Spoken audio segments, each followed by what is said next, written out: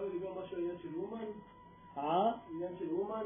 יש כל מיני דיבורים על אומן בירושלים וזהו, דיבר משהו על העניין? אומן הוא לא יכול היה לנסוע, לא יצא לו. שהוא כבר עשה לו את הפוספורט הכל, אז לא נתנו בכלל לברית המועצות לתת להיכנס. ובשביל אורליץ נסע, זה היה בצורת נפש. תפסו אותו שם. כן, אבל את עמרם גם תפסו. עמרם גם היה בזמן שהיה לחץ עם הרוסים.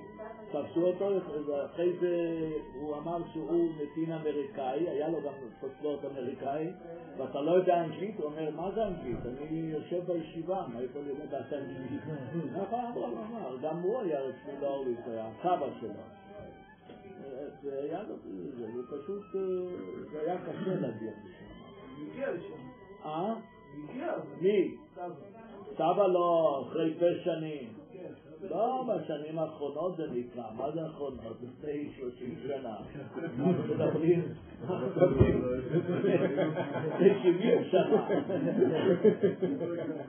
ודברים לפני 4.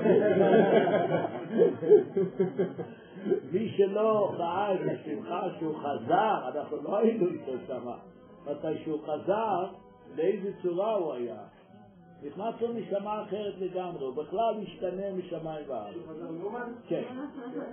זה היה משהו. אני אומר את זה לכולנו משפיע. האמת, אני אומר על עצמי זה השפיע. היית שם? כן? פעמיים כבר. תגיד עכשיו יש נסיעה, אני לא צריך. יש נסיעה.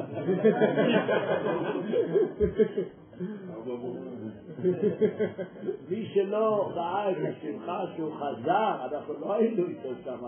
מתי שהוא חזר, באיזה צורה הוא היה. נכנס לו נשמה אחרת לגמרי, הוא בכלל משתנה משמיים וארץ. שהוא חזר לאומן? כן. זה היה משהו.